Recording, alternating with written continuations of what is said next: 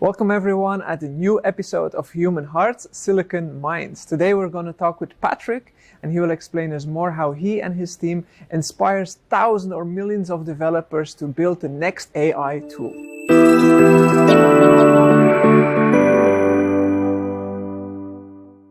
Thank you for joining us, Patrick, here today in the Microsoft San Francisco office. We're glad to be invited here and to talk with you today. Could you please introduce yourself? Sure, and thanks for coming. You're coming on a beautiful day. Hi, I'm Patrick 샤네존은. I manage the cloud advocacy team at Microsoft. It's a team of technical experts in all of the different areas that cover Microsoft Cloud. And our goal is to advocate on behalf of different tech communities, like, for example, the AI tech community on JavaScript, on Java, inside of Microsoft to make the products better, to make the products a better fit for them, and then advocate to them to explain all the things they can build with Microsoft Cloud. And nowadays, it's a pretty exciting role with the wave of AI that's on us. There's lots of new things that are possible to do. Yeah. Well, today we want to talk a little bit more about AI. We're not going to talk about all the other aspects that you work on. How has AI impacted your own personal life? Yeah, so in terms of personal life, I'm a user of all of Microsoft products as I use them at home. So in my personal life, I'd say Bing Chat is probably the one that I've been using the most. So in there, I'm using it to summarize searches when I want to travel or to create images and things like that. So there's a lot, they constantly added features into Bing, and it really changes the search experience. And I used to be a big user of Google because I used to work there in the past. And now I find myself like spending more time in Bing and interacting with that new mode of search. Now, this is more in your personal life. How do you see AI impact the workplace? Oh yeah, so workplace at Microsoft, we've been lucky because Microsoft is very advanced in the use of AI internally. The first use that we've had in my team and I think at Microsoft overall is GitHub Copilot. Many people in my team are developers. I'm a developer myself, and GitHub Copilot was the first of Microsoft product line of copilots. You've seen many of these. That was built, and that's the first one I've used. And to me, so my main languages are Python and Java, and Copilot is really good there. I think in average it generates 46% of your code for you, and that's kind of what I've seen in my own practice. It's really magic. You start the name of a function, you press tab, it proposes you something. You can tweak it with the chat mode now. You can interact with it. It can generate tests and things like that. So I'd say this was the first one that I've used. More recently, with Azure OpenAI and the fact that it's available internally and that we can use it, it's more about building applications, using ChatGPT internally with Azure OpenAI. And there's lots of things that we can build with that. Yeah, I think, as you said, as a developer, it can really speed up your process. And I think GitHub Copilot now also became general available. Yeah, so GitHub Copilot. A couple of days ago, I think, so that's quite nice. Yeah. Now, this is more to, let's say, the white-collar workers. How do you think AI will impact the people who are working, for example, in manufactories? Yeah, so I think there's lots of opportunities. These large language models, they really started to have interesting properties where you can apply them to many different use cases last year with ChatGPT and with the GPT 3.5 model. And I think, frankly, the next 10 years for our profession in software will be about helping productivity in different areas of human endeavor in every area. So the first areas that were touched were for developers, because that's what the people who are building these tools, that's what they know, and they know how to automate and how to help make more productive. Then the white collar areas, so there's the M365 Copilot that really helps you in Word and Excel and all the different productivity tools. But I think for other type of roles, there will also be a lot of opportunities for AI to help. Things like the fact that especially large language models are becoming multimodal now. I think it will be on the horizon for next year, some of the big advances in there.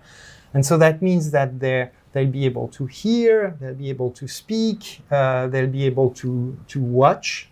And that means lots of different use cases in the real world where people interact with things. And so I don't know what the exact use cases will be, but I'm pretty sure it will touch every industry. Okay. Well, and as you said, these models are getting smarter. We notice that Hollywood also scares us with all kinds of movies about superintelligence and singularity. Do we need to be scared? So personally, I'm not very scared. I've been giving a talk about this for the past 10 years. So before the current wave of AI started, where I talked a little bit about the singularity. So to me, it makes for great science fiction. I don't know if you know the book Accelerando by Charlie Strauss.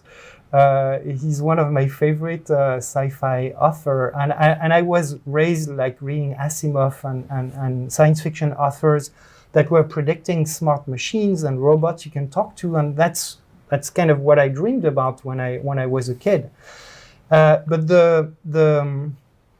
the notion of singularity, where machines become so smart that it accelerates, they code themselves, and they just escape from humans. I don't believe in that at all. I think it's a lot of fear, irrational fears. On my side, I think that computers are tools and we're the ones programming them. So I'm pretty confident in the fact that we're going to put some controls around these tools.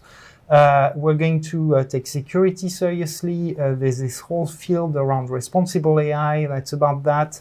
And so I'm pretty confident that that the tools will not run amok and that we will build the right tooling for that. Now, for the exponential aspect of the singularity and people who believe in that, I consider that more like a cult. I don't really believe in it. There was really a really good article by Ted Chiang, who's one of my other favorite sci-fi author, in the New Yorker, where he compared large language models to a compiler, where if you build a compiler for a language and you use it to compile itself in the language, you may have some gains in efficiency, but that's it. There's a limit to that. And so large language models creating new software by themselves without human input, I'm not completely bought in. And to me, the art of building software is so difficult. Making software that works well still requires a lot of work. I'm more of the belief that these artificial intelligence models are going to be used to make humans more productive. And that's the approach that Microsoft has with the copilots. So I strongly believe into that direction more than the Hollywood like kind of fears. So I love these Hollywood movies and the books that come out of it, but I don't believe in it very seriously in terms of like the doom that all these technologies could bring. Of course. It's, I think, linked to that also how, for example, GitHub Copilot, it really assists software developers to build tools where you have those little drawings of like, okay, GitHub Copilot, they will take over the job as a software developer. No, because business users still cannot explain what needs to be built. So that's still bringing an issue. To me, software development is essentially a communications activity. It's really about understanding what people need, in the best case, anticipating what they need, and then building something around it. And so it's all rooted into humans and human activity. One of my favorite essays by Donald Knuth was called Literate Programming. I don't know if you've read this. It's an essay that he wrote where he explains that programming is really about explaining to other humans what you're doing, and a side effect of it is that there's a machine that's executing it. And so he considered programming, literate programming, the approach that he was defending in there, was about providing tools to put your program in a form that could be readable by a human. And it gave birth to tools like, for example, Java docs and things, automatic documentation for your programs. But to me, the approach behind it is really about the fact that programming is a communications activity. And I know that in all my career, as a programmer, I always try to automate myself out of a job so that I can focus on the higher layer of abstraction where the interesting work is happening. And today, if you look at the work of a programmer, there's still lots of technical details like deep in the guts of the machine that you need to worry about. So we're not there yet into just having programming like being done only in natural language, but with large language models and things like a GitHub Copilot chat mode, we're getting closer to that. And that's what interests me in there. I think it will be really a boon for developers. These tools like really change the game there. Well, for now we see that all this technology is mostly used by technical people. I think for people, just the common people who are not really in tech, they also will need to start making use of it, but it's a progress that needs to grow, and also for them to be able to trust what is actually happening. How can we make sure the common people understand actually what is happening behind the scenes? Yeah. So there are two aspects in your question. One of them is about regular people, not technical, using AI. And there, to me, this is where the biggest opportunity is. So there's a whole group at Microsoft working on what is called low-code tools. It's called Power Platform. The potential of leveraging AI into those low-code tools, to me, is the biggest. Low-code tools plus things like the M365 Copilot, who are embedded into our productivity tools. Because these tools are used by people every day. You don't need to be very technical to use them. And I think AI and the large language models are really going to help make these tools more effective into having people interact with them in natural language. So natural language becomes the programming language, not only for developers, but also for regular people who in the past had to learn some technical aspect to be able to build their own apps. Now they'll be able to build their own apps by talking to the computer. So there's this aspect that, to me, there's lots of a huge potential for impact, for changing people's lives and how they interact with computers every day.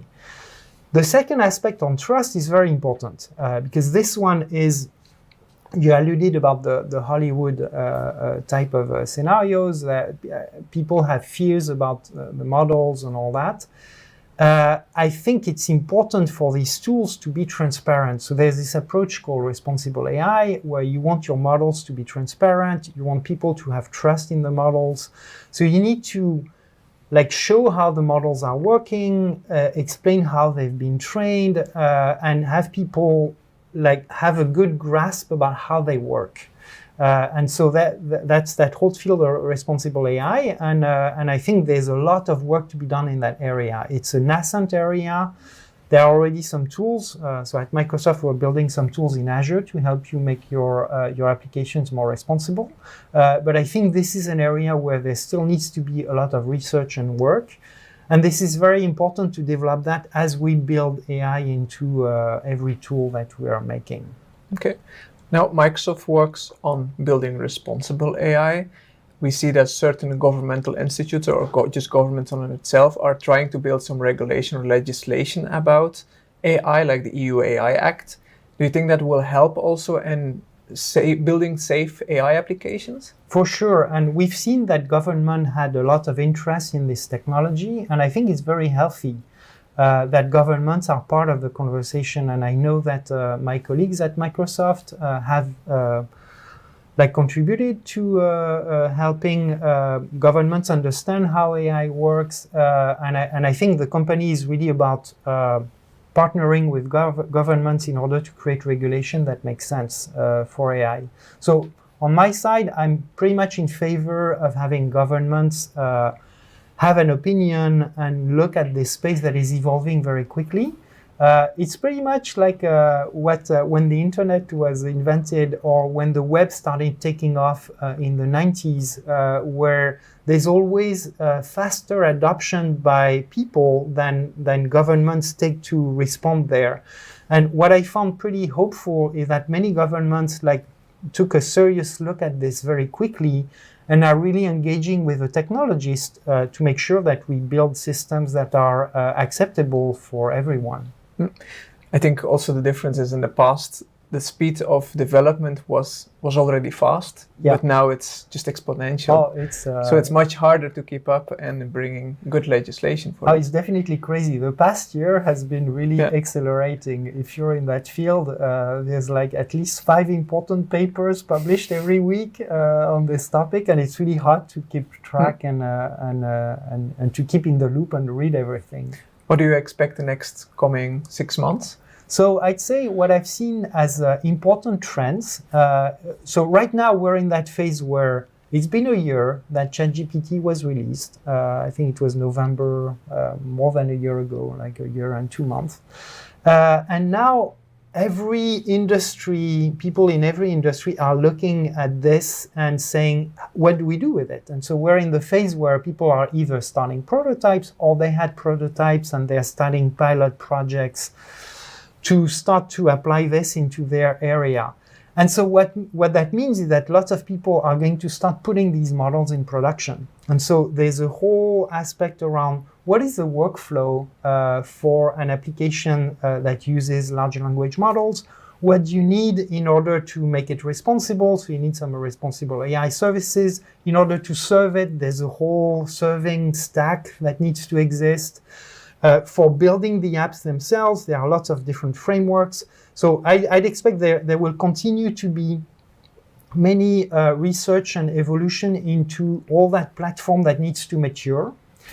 And then at the level of the languages themselves, the language models themselves, there are a few areas where, for example, improvements into how do you measure the quality of their output, how do you build models that are smaller? There's been an interesting one released by Microsoft Research a while ago called Phi.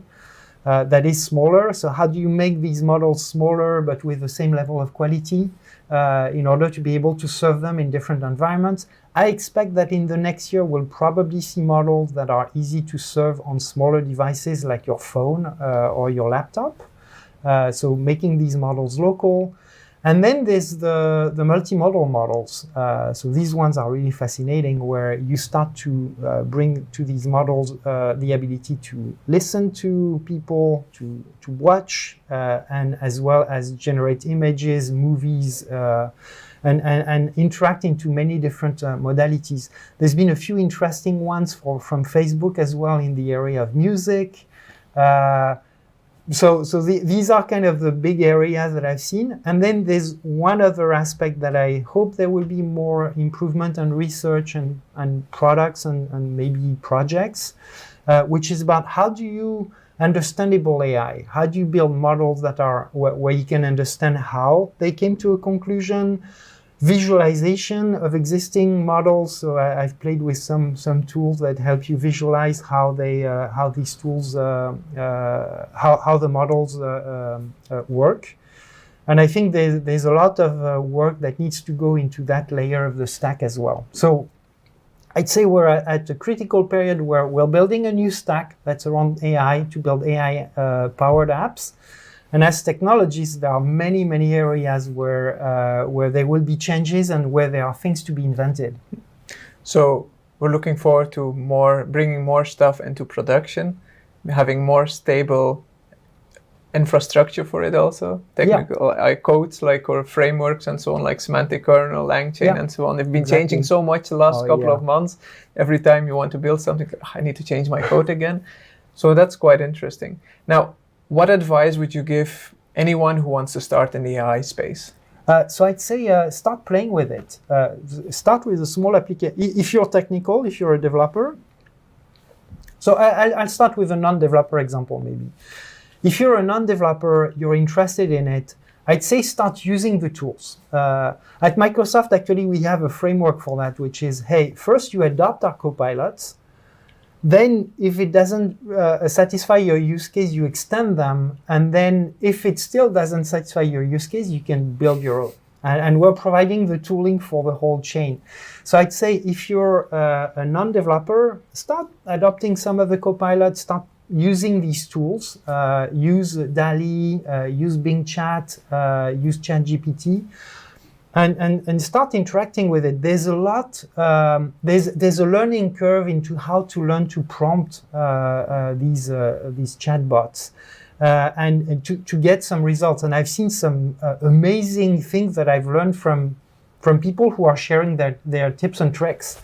Like, for example, one person who was providing an existing picture to the tool, the language model would generate a long description out of it, and then he would leverage that description as a prompt into DALL-E in order to generate a new image with a different topic, but with the same style. I wouldn't have thought about that. There's lots of tips like that to learn and exchange. So I'd say participate into a community like the global AI community is a good one. Just join a community, exchange your ideas with people, because this is really like a shared learning moment that we're in. And adopt some of these products. If you're a developer, I'd say start coding. Just take one of our samples. In my team, we're creating samples in many different languages, whether you're in JavaScript, Python, Java or .NET, you'll find a sample on Azure documentation, and it's about how to implement retrieval augmented generation with Azure services. You can literally get started in 10 minutes. You just start a code space, you do AZD up, and you have something up and running in 10 minutes. And then look at the code, start tweaking it, start changing the prompts, and then start changing the samples so that they fit your use case. And it's kind of easy to get started with. Really, these AI models now, you don't need to be an AI expert to use them. I think there's a new discipline that's being created that's called AI engineering. And AI engineering is not about like being an expert in AI. It's more about being an expert in your business domain and applying AI to it. And I expect lots of people and lots of developers are going to be in that category, in that new category that's emerging. And I'd say start playing with it. Like really go on GitHub, clone a sample, and start playing with it, and then fork it and do your own. So I'd say, but getting some practice is, I think, the important bit. And then if you're an AI expert today, I'd say start doing some fine-tuning or try creating your own models. Read the research papers about the smaller models that are being created. And there's lots of really fun stuff. Mark Russinovich, Azure CTO, at the last Ignite, he presented a paper that he wrote during his sabbatical where he's teaching a model for how to forget Harry Potter. So the goal was how do you make a model forget? And he worked with a researcher and found an algorithm to help a model forget something. There's lots of problems like that are like small size, pretty funny to work on, and there's a lot of things to be invented there. So to keep it very short, just do it. Yeah, just do it. Just get your hands into it and start coding. Okay. Well, everything is to be invented. Thank you very much for that advice. You need to remind us also on those two authors of those books. Who were they? Well, which ones? Your sci-fi authors. Oh, the sci-fi author. So Charlie Strauss, I really love that author. He's British. Accelerando, I would highly advise reading him. And the other one I mentioned, I think, was Isaac Asimov from The Robots. Really, if you haven't read that, it's sci-fi from the 50s, but it's really awesome. Okay. Well, thanks for also that advice. And we're thanking you for your time and looking forward to see what's actually going to happen in the next 6 months. Hey, thanks. Thank you, I'm Patrick. looking forward to see what all of you create. Thank you.